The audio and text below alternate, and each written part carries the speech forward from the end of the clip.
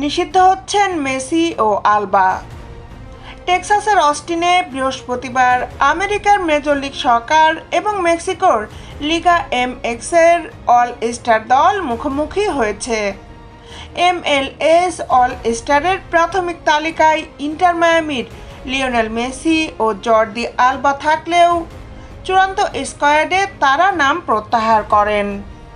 ফলে স্বাভাবিকভাবেই all star ম্যাচে খেলেননি বার্সেলোনার সাবেক দুই তারকা। সে কারণে নিষেধাজ্ঞার মুখে পড়তে পারেন মেসি ও আলবা। MLS এর নীতিমালা অনুসারে ইনজুরিতে না পড়া সত্ত্বেও প্রাথমিকভাবে নাম থাকা কোনো খেলোয়াড় অল স্টার ম্যাচে না খেললে তিনি লিগের একটি ম্যাচে নিষিদ্ধ হবেন। আর এই কঠোর বিধিতে পড়তে পারেন মেসি ও আলবা। আগামী শনিবার ঘরের মাঠে এফসি সিনসিনাতির মুখোমুখি হবে ইন্টার মায়ামি। ফ্লোরিডার ক্লাবটি সম্ভবত সেই ম্যাচে নিজেদের প্রধান দুই তারকাকে হারাতে যাচ্ছে।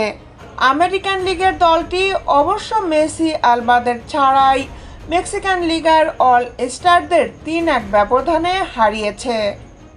1996 সাল থেকে MLS অল স্টারদের নিয়ে হয়ে আসছে এমন ম্যাচ। শুরুটা হয়েছিল ইউএস লিগের পূর্ব বনাম পশ্চিম ফরম্যাটে। এরপর MLS থেকেই একটি দল গঠনের পর তারা বিশ্বজুড়ে বিভিন্ন ক্লাবের সঙ্গে খেলেছে।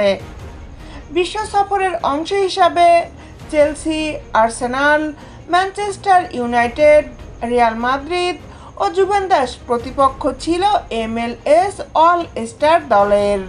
এদিকে অল স্টার ম্যাচ থেকে মেসি ও আলবার নাম প্রত্যাহার করা নিয়ে বার্তা সংস্থা AFP জানিয়েছে, শেষ মুহূর্তে মায়ামির পক্ষ থেকে MLS-কে জানানো হয় মেসি ও আলবা এই ম্যাচে খেলতে পারবেন না। তাৎক্ষণিকভাবে তারা এর সুনির্দিষ্ট কারণ জানায়নি। মেসি আলবার নাম প্রত্যাহারের কারণ না জানালেও ইন্টার মায়ামি যে তাদের বিশ্রামে দিতে চেয়েছে সেটা অনুমান করা যায়। কোচ হাবিয়ের মাসচারানোর সংবাদ সম্মেলনেও বারবার বিষয়টি আলোচনায় উঠে।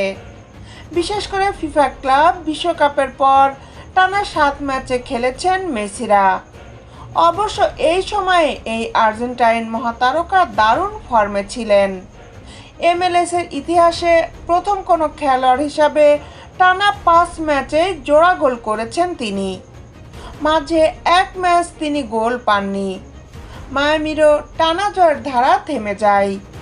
অবশ্য সর্বশেষ ম্যাচে আবার জোড়া গোল ও অ্যাসিস্ট করে নিউ ইয়র্ক রেড বুলসের বিপক্ষে মায়ামিকে 5-1 ব্যবধানে জয় এনে দেয় মেসি।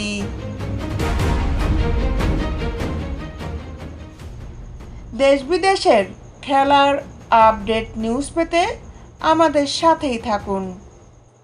Justice sports, Dhaka.